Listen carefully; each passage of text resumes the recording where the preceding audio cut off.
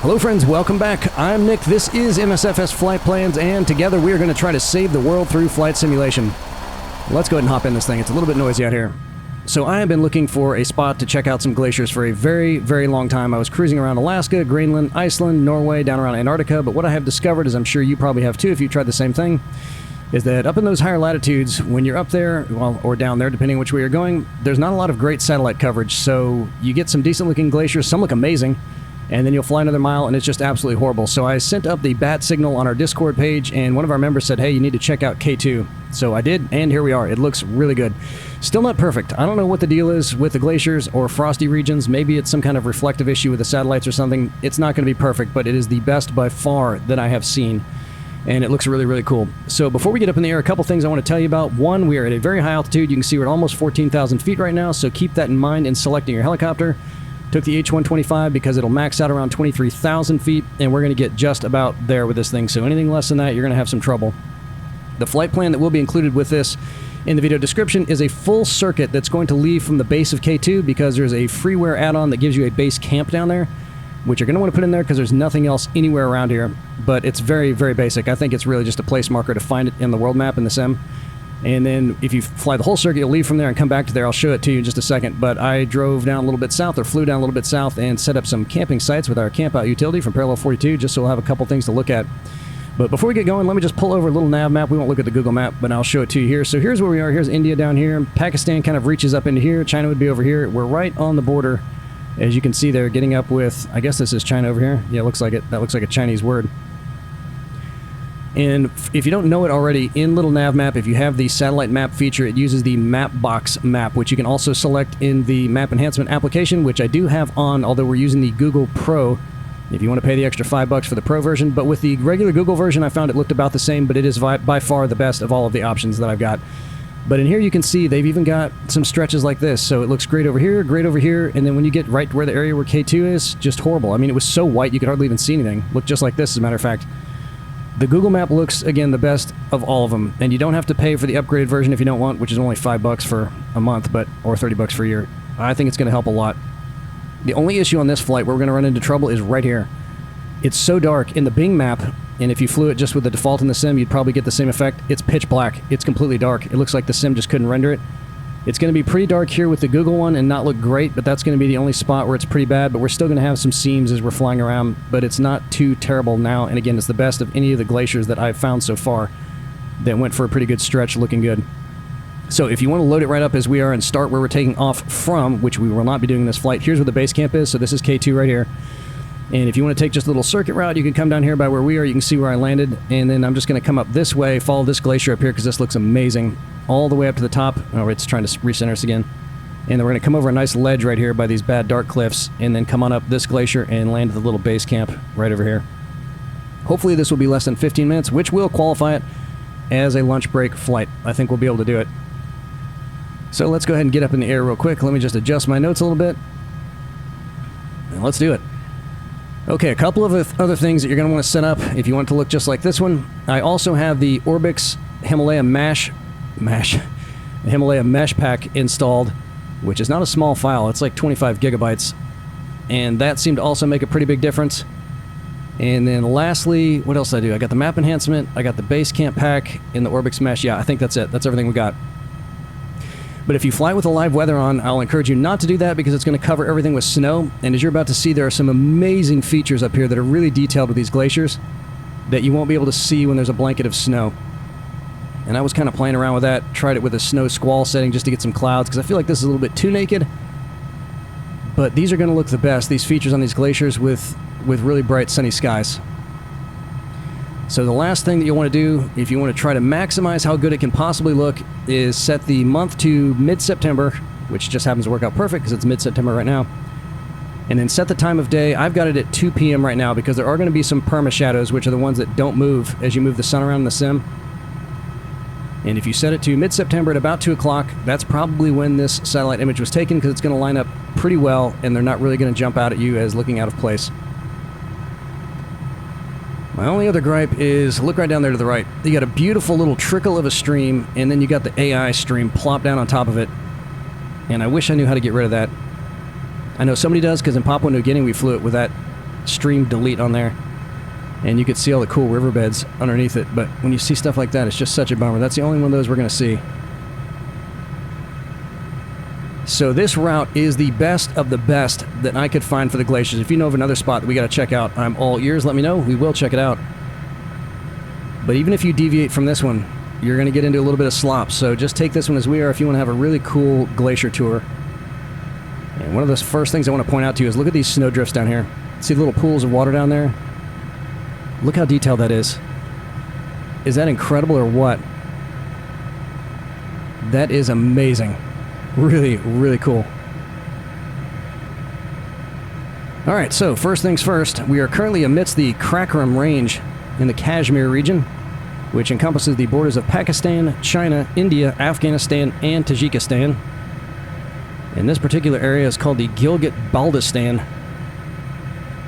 which is claimed by Pakistan.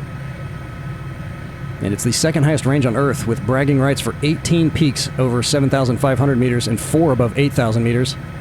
They call those 8,000ers. And of course K2, which is the second highest mountain in the world, topping out at 28,251 feet. So 5,000 feet higher than this thing can even fly. Look at how good that looks down there. That is just unbelievable. I've never seen anything like that in the sim. Yeah, there's some good-looking glaciers up by Alaska in particular. And I found a couple more that are pretty good down by Antarctica, but that is insane. That looks like a photograph. Really good. And this is also the most glacierized place on Earth outside of the poles. So they got no shortage of superlatives up here. Yeah, that was a good call to go to the clear skies. That's the most realistic with the sun and the atmosphere and everything. So I would do that. Just go with the clear skies. And turn off that snow if it's throwing snow out there. And while we're on the subject of glaciers, this one below us is called Gasherbrum, named after 7 local peaks, which we can't see. They're kind of off to our left behind those other mountains.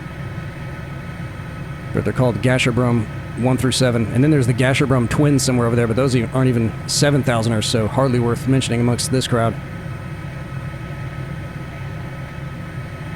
And if you ever wondered just how fast glaciers move, well, I was wondering the same thing. It all depends on the temperature, the altitude, and the steepness of the terrain. Look at these snowbanks over here. Is that something or what? Look down there in that little valley over that little ridge. Crazy. They move at about 300 feet a day, on average, during the warmer months, and about half that speed during the winter. But there's a spot we're going to fly over as we approach K2 that was clocked at 650 feet a day, which apparently is pretty brisk as far as glaciers go. Alright, here's one of our seams right here, and this one's not too bad. Not too bad at all, really.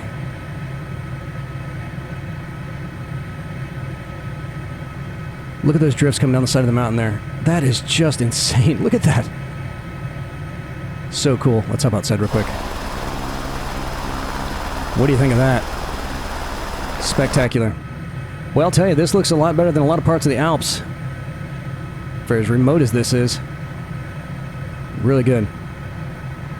The tops of the mountains are a little bit too rounded for my taste, but that's about what you get everywhere in the sim. And you'd think the mesh pack would help that out a little bit, but not really. And look at how these two converge here. I mean, it really looks like just a frozen river flowing into another one, which I guess is kind of what it is, right? How cool is that?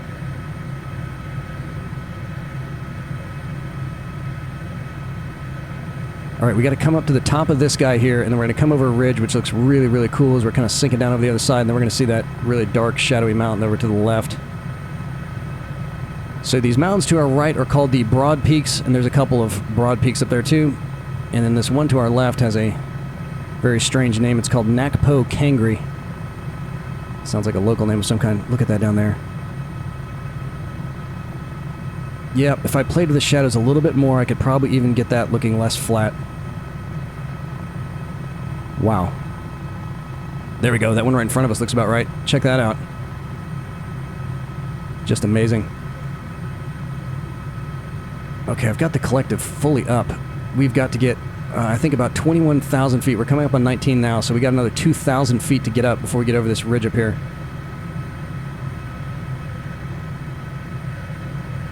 I am dumbfounded. Look at that. See, there's just not a lot of places where you can get this close. If we were at, 50,000, 30,000 feet, you wouldn't know any difference. But to be able to get this close and it looks that good, not a lot of places in the world like that. And look at the snow right in front of us. So if you guys know of another spot that looks this good, or better, if that's even possible, I want to fly it. That is crazy. Okay, I really got to finagle this here because we're going to have to probably slow down to get up over this thing. Come on, baby. We've done it every time so far.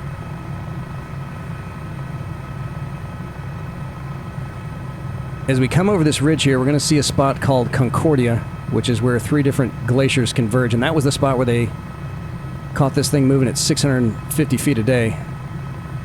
And it's going to look pretty good. We're going to take a right and head towards the north, and then we'll be coming up on K2, just that quick. Wow, look at that. That is just crazy.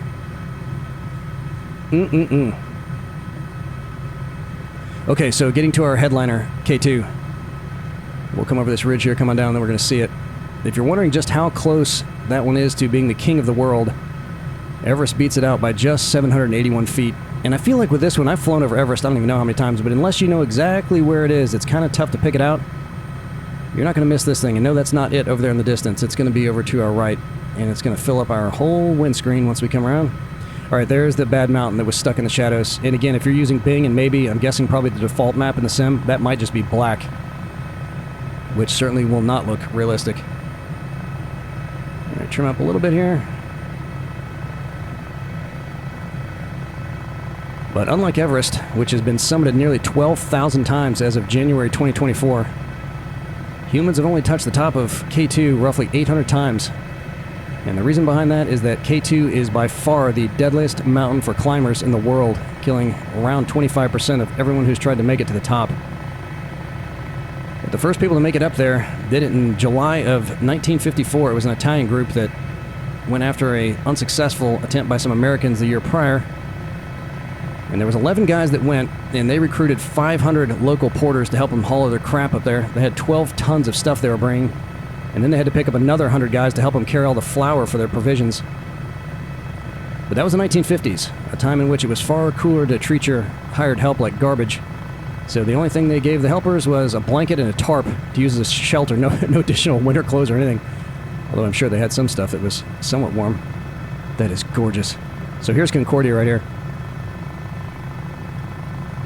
But before they even got to the top, almost every one of those guys, except for one, had gotten hypothermia, snow blindness, or just general misery and said, screw this, so they all headed out and held the whole thing up by 15 days so they could recruit some more people, which is a really long time when you've got this meticulously planned out. But only 2 of those 11 finally made it to the top, and only one of them wound up dying, and he didn't fall off the mountain or anything. He got pneumonia and succumbed down at one of the base camps. And it wouldn't be until 1977 until the next group made it to the top.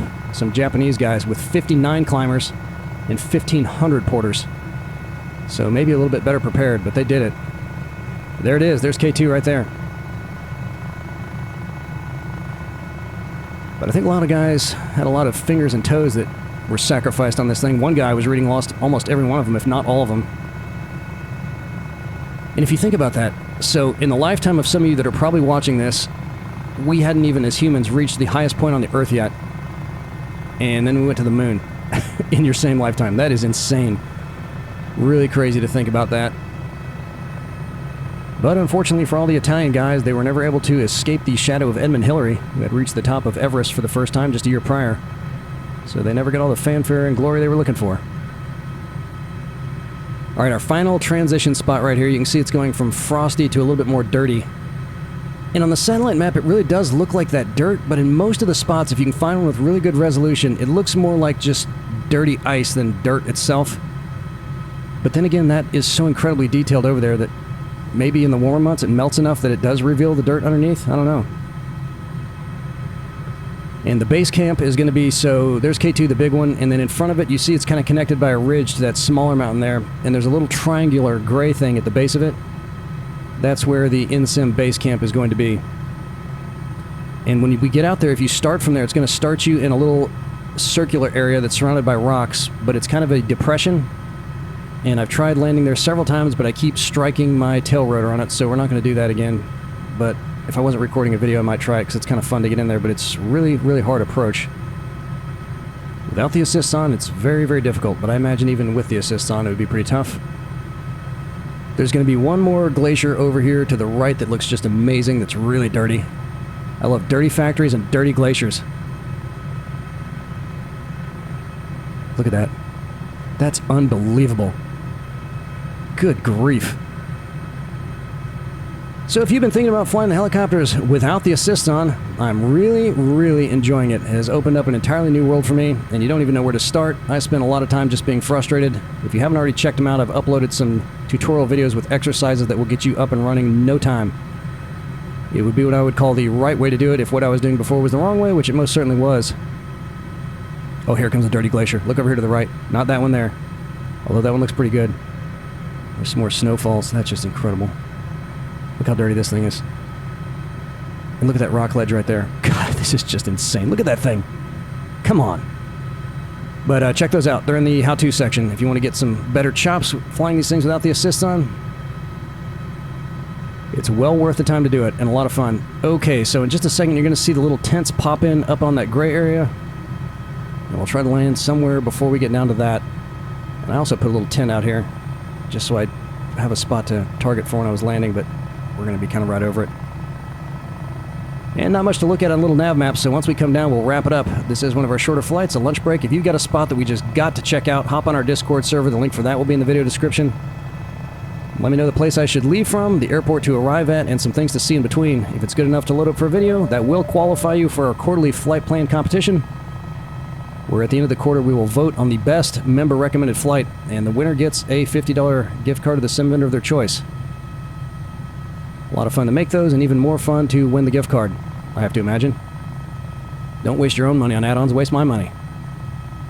Right in front of us there, you see my little tent, and then in the distance there, that's where the circular rock thing is, and look how close it is to that edge. It's a really tough landing challenge, and then up there on the cliff is the, I guess what you call the base camp. So one of you modders, come on up here and do it upright. Make a cool base camp. Ooh, I wonder if I can get down right next to my little tent down there. I even put myself a windsock out there. Let's see. Let's not hit the tent. Can we do it? Has all that practice paid off? Ooh, I forgot to put some stakes down there. See the little tiny stakes? You can barely see them. They're like little hairs sticking up.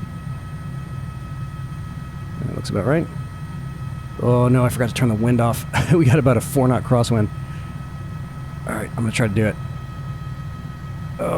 Nope, it's not going to do it. That's fine. Good enough. We won't spend 20 minutes trying to land. We got to squeeze this into a lunch break.